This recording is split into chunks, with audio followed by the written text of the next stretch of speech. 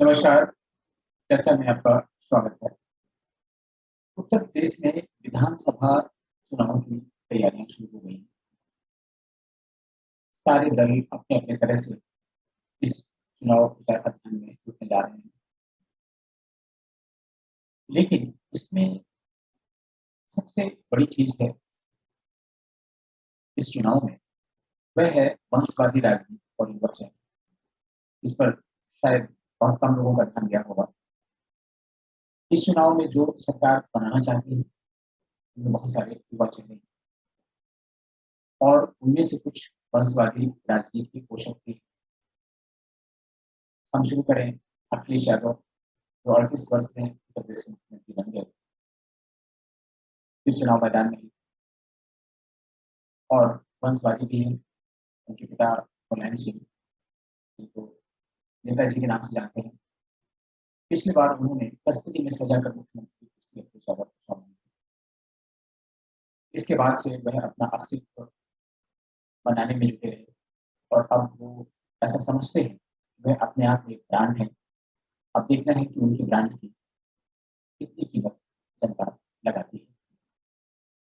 दूसरे युवा चेहरे की बात करें तो ये है राष्ट्रीय लोक दल के जयंत चौधरी। काफी युवा है और इस समय जो प्रमुख चेहरे हैं उनमें सबसे युवा है 42 वर्षीय जयंत चौधरी। और उनके पिता अजीत सिंह, सभी लोग जानते हैं, वह एक कंप्यूटर इंजीनियर थे और 17 वर्षों तक उन्होंने कंप्यूटर इंडस्ट्री में काम किया था अमेरिका में। लेकिन 1980 में जब उनके पिता चौधरी चरण सिंह ने राष्ट्रीय लोक दल को पुनर्जीवित किया तो उनकी सहायता करने के लिए वो आ गए और इसके बाद से फिर उन्होंने पीछे मुड़कर नहीं देखा। विश्वनाथ प्रताप सिंह की सरकार में मंत्री रहे, पीवी नरसिम्हा राव की सरकार में मंत्री रहे, अटल बिहारी वाजपेयी की सरकार में मंत्री रहे और यहाँ तक यूपी की सरकार में भी मंत्री रहे। उनकी जो छाप थी, उनका जो प्रभाव था, भले ही पश्चिमी उत्तर प्रदेश तक सीमित और उनके संसद सदस्यों की संख्या अभी 2-3 ही रहती रही है। लेकिन क्योंकि भारत में गठबंधन की सरकारें थी, जिन्हें एक-एक सांसद जिताने में बहुत मुश्किल होती थी, इसलिए उनको ये बढ़त मिली हुई थी और वो हमेशा मंत्री रहे। उनका मंत्री रहने का जो क्रम था, वह सिर्फ मोदी सरकार की सत्ता में आने पर ही रुका। अब उनके अजीत सिंह के बेटे जयंत चौधरी मैदान में है। पिछला चुनाव में मथुरा से हार गए थे, वहां से हेमा मालिनी भाजपा के सांसद हैं। अब की बार किसान आंदोलन में जयंत चौधरी ने बढ़ चढ़ कर हिस्सा लिया, कई बार अपनी उपस्थिति दर्ज कराई और उनका प्रभाव भले ही पश्चिमी उत्तर प्रदेश तक ही सीमित हो, लेकिन वे चाहते हैं कि उत्तर प्रदेश की विधानसभा चुनाव के बाद उनकी भूमिका कितनी दिक्कत हो। उन्होंने अभी हाल में बताया भी कि वे चाहते हैं कि उत्तर प्रदेश में बिना उनके कोई सरकार ना बने और अब ये देखना होगा कि इस बात में कितने हद तक सफल होते हैं।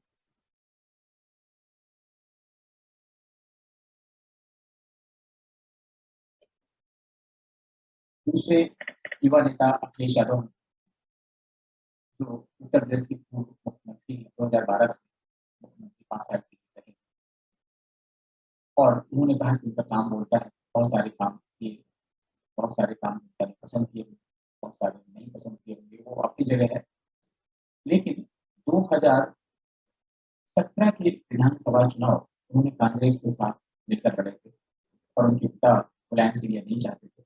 लेकिन क्योंकि इन चुनावों के पहले ही वह मुलायम सिंह को समाजवादी पार्टी के सभी पदों से कार्यमुक्त कर चुके थे और उन्होंने बहुत ही नाटकीय अंदाज में समाजवादी पार्टी को कंट्रोल कर लिया था। लोगों ने इसे मुगलिया संस्कृति करार दिया था और भाजपा ने उन चुनावों में एक मुद्दा भी उछाला था कि जो अपने बाप करने के बाद वह आप कभी नहीं हो सकता। और ये सही है कि उत्तर प्रदेश के बहुत से संवेदनशील लोग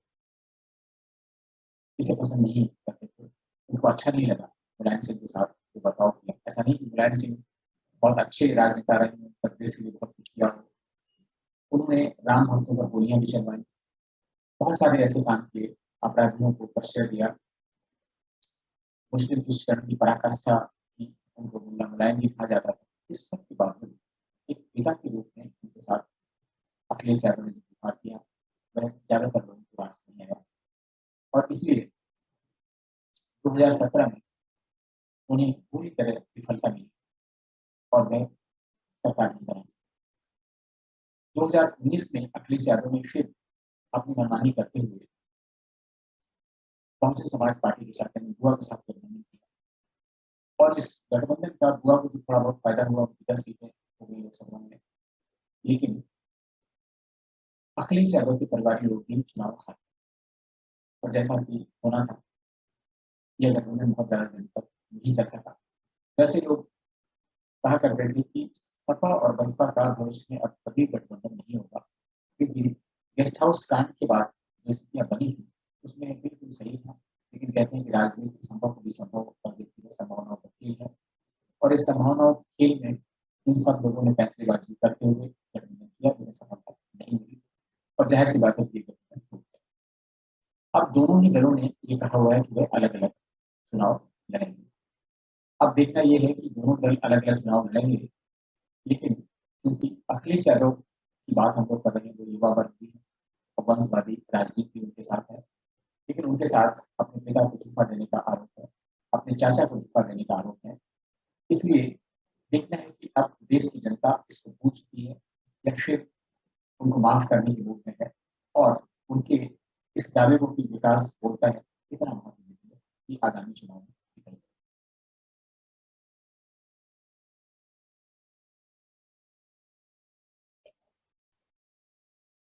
इन चुनाव में एक और युवा नेता का प्रवेश हो गया है और वह है कांग्रेस की प्रियंका वाड्रा।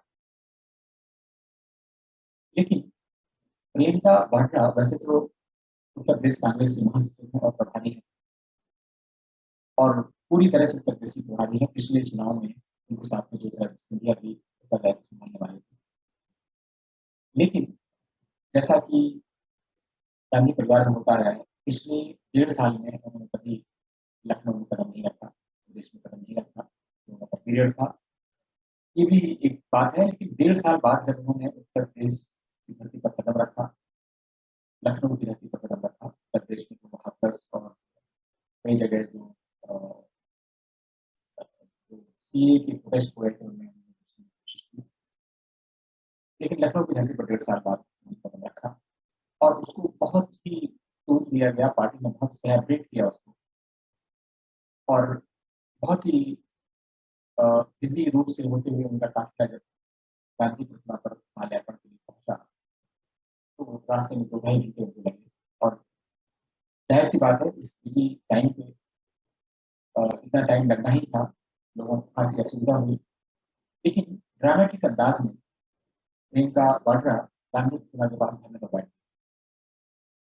और कारण उसके बहुत सारे थे, युवाओं को रोजगार, सांप्रदायिकता, बहुत सारी चीजें कहने के लिए। तो सरकार ने मुझसे कहा कि भाई ये तो आपके एजेंडा में नहीं था, आपने कैसे किया, इसलिए वो नहीं माने, धरने पर बैठी। पुलिस अधिकारियों ने उच्च अधिकारियों से संपर्क किया और युवा भी ठीक है, उनको धरना करने दिया। 1 घंटा बीत गया, कोई मान मनोबल से नहीं आया। दूसरा घंटा बीत गया, कोई अधिकारी आया नहीं। आखिर में कांग्रेस के स्थानीय नेताओं को, पुलिस अधिकारियों को फोन करके कहना पड़ा कि कोई किसी को भेज दीजिए, मैडम जाना चाहती हैं, कोई भी एक बार कहेगा तो चले जाएंगे। तो ये है स्थिति कांग्रेस से उत्तर प्रदेश में। देखते हैं कि कांग्रेस को प्रियंका वाड्रा ने प्रभारी करने के बाद क्या करना है और क्या उनकी योजनाएं हैं। प्रियंका वाड्रा भी 48 वर्ष की और उनकी योग्यता है कि उन्होंने साइकोलॉजी में ग्रेजुएशन किया है और उसके बाद में बुद्धिस्ट स्टडी से पोस्ट ग्रेजुएट किया है। लेकिन उनका जिक्र यहाँ करना सिर्फ उनके युवा होने की वजह से हो रहा है, वो मुख्यमंत्री पद की दावेदार अभी तक नहीं है और होंगे भी शायद नहीं, इसलिए क्योंकि गांधी परिवार का हमेशा मानना रहा है कि गांधी परिवार का कोई सदस्य अगर उम्मीदवार बनेगा तो प्रधानमंत्री पद का बनेगा, किसी मुख्यमंत्री पद का नहीं बनेगा। अभी तक यही होता आया है पिछले 70 वर्षों में कि कांग्रेस का, गांधी परिवार का कोई भी सदस्य कभी कहीं मुख्यमंत्री नहीं रहा और न ही बनेगा। और अगर ये फार्मूला काम करता रहता है तो प्रियंका वाड्रा मुख्यमंत्री पद की दावेदार उम्मीदवार नहीं। कई समाचार पत्रों ने, कई मीडिया ने तो कांग्रेस के लिए रिपोर्टिंग करते हैं, उन्होंने लिखा है कि अगर प्रियंका वाड्रा को उत्तर प्रदेश में मुख्यमंत्री का चेहरा बना दिया जाए तो भाजपा साफ हो जाएगी। पता नहीं साफ होगी या नहीं होगी। हाँ, थोड़ी सी दिलचस्प हो जाएगी। पिछले चुनाव में कांग्रेस पार्टी के पास 7 विधायक थे और 2019 आते आते लोकसभा के चुनाव आते आते उनकी लोकसभा में सदस्य संख्या 1 रही, यानी सिर्फ सोनिया गांधी रायबरेली से सांसद हैं। राहुल गांधी स्वयं चुनाव हार गए और वो वायनाड से जीते संसद सदस्य हैं, लेकिन अमेठी से हार गए। तो ये कांग्रेस की स्थिति है। लेकिन प्रियंका वाड्रा ने अपनी आक्रामकता से एक प्लान बनाया है कि वह आगामी 20 अगस्त को, जिस दिन राजीव गांधी का जन्मदिन है, उस दिन वह 90 लाख लोगों से सीधा संपर्क करेंगे। उत्तर प्रदेश के 90 लाख लोगों से सीधा संपर्क करेंगे और इस काम के लिए 30,000 गाँवों का उपयोग किया जाएगा और इस पूरे कार्यक्रम का नाम दिया गया है मेरा गाँव मेरा देश। तो इस मेरा गाँव और मेरा देश में 30,000 गाँव में 90 लाख लोगों से कांग्रेस संपर्क करेंगे। और इसके साथ ही कांग्रेस में लेट लतीफी अक्सर होती रहती है। अब की बार उत्तर प्रदेश विधानसभा के लिए चुनाव घोषणा पत्र की कमेटी को पहले से बनाती है। कई सदस्य जिसे बहुत ज्यादा मतलब नहीं है, लेकिन प्रमुख है सलमान खुर्शीद जो इस कमेटी के अध्यक्ष। वह भी इन गाँवों में घूम घूम कर सबकी मंडल और जिलों में घूम घूम कर लोगों से राय लेंगे, उनके विचार जानेंगे, उनको संकलित करेंगे और इसके बाद घोषणा पत्र जारी करेंगे। ऐसा लगता है कि उनका पार्टियों का घोषणा पत्र और खासतौर से कांग्रेस का घोषणा पत्र बिल्कुल ब्रह्मा की लिपियों की लिख दिया वो होके रहेगा। ऐसा कभी हुआ नहीं। किसी भी राजनीतिक दल ने ऐसा नहीं कर पाया है आज तक कि जो भी लिखा है उसकी सारी बातें पूरी कर दी हैं। लेकिन हाँ, कुछ दल ऐसे हैं जिन्होंने काफी बातों को पूरा किया। अन्यथा चुनावी घोषणा पत्र सिर्फ घोषणा पत्रों पर ही रह जाता है। लेकिन इसके लिए कांग्रेस बहुत ज्यादा मेहनत करने वाली है। और क्योंकि प्रियंका वाड्रा युवा है, वंशवादी राजनीति की पोषक है, वंशानुगत राजनीति मिली हुई है, इसलिए उनका जिक्र है कि उनको कितनी सफलता मिली। पिछली विधानसभा में 7 सीटें थी, अब की बार उनको कितनी मिली, क्या पता चला।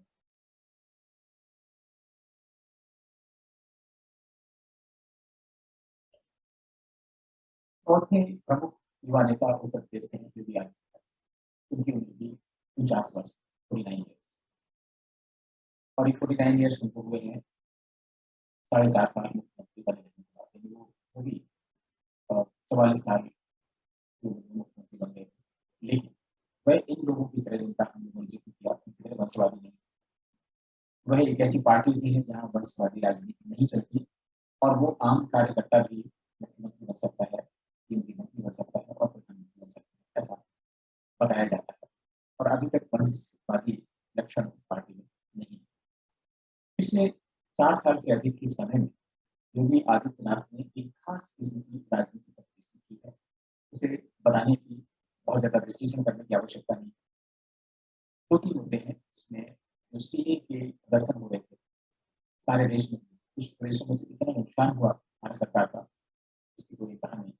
लेकिन उत्तर प्रदेश एकमात्र ऐसा राज्य था जहाँ पर कम से कम क्षति हुई सार्वजनिक संपत्ति की, और जहाँ कहीं क्षति हुई उसको वसूला गया। और ये काम पूरे देश में एक नजरिए बन गया। ज्यादातर राज्य विधान भी देते हैं कि हम सार्वजनिक संपत्ति को नुकसान पहुंचाया गया, ये है कि दूसरी जो सबसे बड़ी चीज प्रशासन में रही कि जो अपराधी हैं वो स्वयं थाने पहुंचते थे, भाई हमको बंद कर दीजिए, हमको पैरोल नहीं चाहिए, हमको जमानत नहीं चाहिए, मैं अपराधी हूँ, उसको जेल भेज दो। उसकी वजह ये है कि अपराधियों के लिए जो इनकाउंटर हुए, पकड़ धकड़ हुई, लोगों को लाया जाता रहा, उससे बहुत खौफ हुआ अपराधियों में और निश्चित रूप से कानून व्यवस्था में बहुत सुधार हुआ। पिछली सरकार में, अखिलेश यादव की सरकार में, जहाँ दंगों की झड़ी लगी थी, उनके शासनकाल में 500 से अधिक छोटे बड़े दंगे हुए, योगी शासन की एक भी दंगा नहीं। और अब तो थोड़ा समय बचा है, आशा की जानी चाहिए कि कोई दंगा होगा भी नहीं। तो इस तरह की सख्त शासक और भ्रष्टाचार के लिए जीरो टॉलरेंस की नीति योगी की पहचान है। और इसके अलावा भी जो लोग कहते थे कि एक सन्यासी है वो कैसे राजनीति में सफल होंगे, कैसे उत्तर प्रदेश जैसे बड़े राज्य को चला पाएंगे, उनके लिए भी उन्होंने एक जवाब दिया है। उनको हो सकता है प्रशासनिक अनुभव ना रहा हो, लेकिन वो 5 बार के सांसद सदस्य थे। लोकसभा में भी उनकी उपस्थिति दर्ज की जाती थी, याद करते थे उनके भाषण को।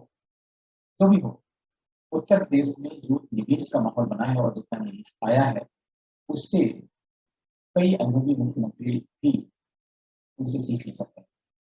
ऐसा उत्तर प्रदेश में हुआ है और उन्होंने बहुत सारे जो काम किए कोरोना के पीरियड में, वह भी पूरे विश्व के लिए नसीब। विश्व स्वास्थ्य संगठन ने भी कोरोना जिस तरीके से उत्तर प्रदेश ने हिंदी स्वीकारी की, 24 करोड़ से अधिक लोगों की जनसंख्या वाला यह देश विश्व में 4 देशों को छोड़ सबसे बड़ा है। और जाहिर सी बात है, बहुत सारी समस्याएं कोरोना पीरियड में हम सभी ने किसी न किसी अपनों को खोया है, और कोई भी सरकार से खुश नहीं हो सकता, सरकार को सर्टिफिकेट नहीं दे सकता कि बहुत अच्छा काम किया। हम कल्पना करें कि उन परिस्थितियों में दूसरे लोग क्या करते, तो निश्चित रूप से योगी का कार्य संतोषजनक है, कहा जा सकता है। और अगर कोरोना की तीसरी लहर नहीं आती उत्तर प्रदेश में, या बहुत अच्छे ढंग से हैंडल कर ली जाती है, तो निश्चित रूप से इसका फायदा योगी आदित्यनाथ को मिलेगा। आगामी चुनाव में योगी आदित्यनाथ की अग्नि परीक्षा होगी कि कितने अच्छे काम किए हैं, लोगों का कितना अच्छा रिस्पॉन्स है, जो कितना आगे उन्हें पसंद करते हैं, इसकी परीक्षा भी हो जाएगी। तो विधानसभा का चुनाव जरूर होगा, योगी की पहली अग्नि परीक्षा होगी और उसमें मोदी की भी परीक्षा हो जाएगी, क्योंकि केंद्र सरकार का रास्ता उत्तर प्रदेश से होकर जाता है, प्रधानमंत्री बनने का रास्ता भी उत्तर प्रदेश से होकर जाता है। इसलिए भारतीय जनता पार्टी की सारे वोट खोल देगी, कोई वोट असर नहीं रहेगी। देखना है कितनी सफलता योगी आदित्यनाथ की मिल पाती है।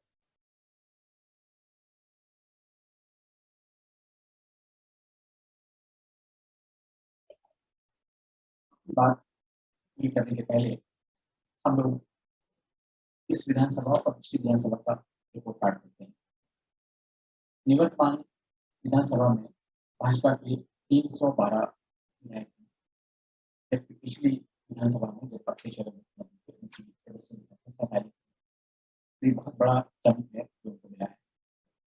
समाजवादी पार्टी, जिसके पिछली बार 224 विधायक थे, अब सिर्फ 47 है। यानी पिछली बार भाजपा का जितना नंबर था अखिलेश सरकार में, योगी सरकार में सपा का उतना नंबर। बहुजन समाज पार्टी अखिलेश सरकार में उसकी सीटों की संख्या 80 थी, जो घटकर 19 रह गई योगी सरकार में।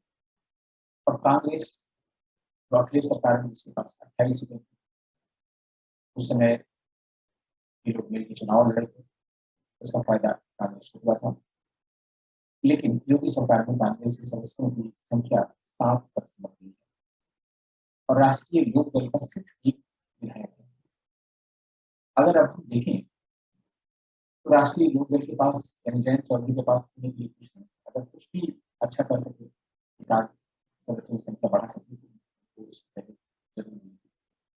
कांग्रेस के सदस्यों की संख्या 7 है। अगर वो अपनी सदस्य संख्या रिटेन करने जाते हैं या इसमें कुछ इजाफा करने जाते हैं, तो बहुत बड़ी बात होगी जनता वार्ता के लिए। आज की स्थिति में यह नहीं कहा जा सकता है कि कांग्रेस सरकार बना पाने की स्थिति में आएगी, और वैसे भी प्रियंका वाड्रा को मुख्यमंत्री का चेहरा नहीं बनाया जाएगा। तो इसलिए इस पर बात करना भी बहुत उचित नहीं है। बहुजन समाज पार्टी की बहन मायावती युवा क्षेत्रों में नहीं आती है। अखिलेश यादव के बारे में हम लोगों ने चर्चा की और भारतीय जनता पार्टी के बारे में चर्चा की। अब देखना है कि सामाजिक समीकरण कैसे बैठते हैं, वोटों की गणना कैसे लगाई जाती है, और विधानसभा चुनाव परिणाम कैसे आएंगे।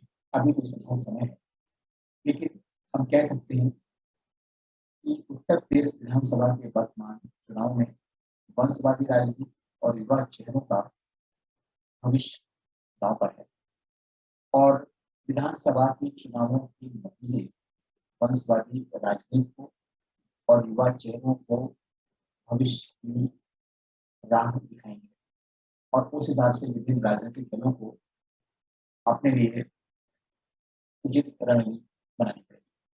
आज बस यहीं तक। अगर आपको ये वीडियो पसंद आया हो तो इसे लाइक करें, फॉरवर्ड करें, सब्सक्राइब करें। फिर एक अन्य टॉपिक के साथ आपसे मुलाकात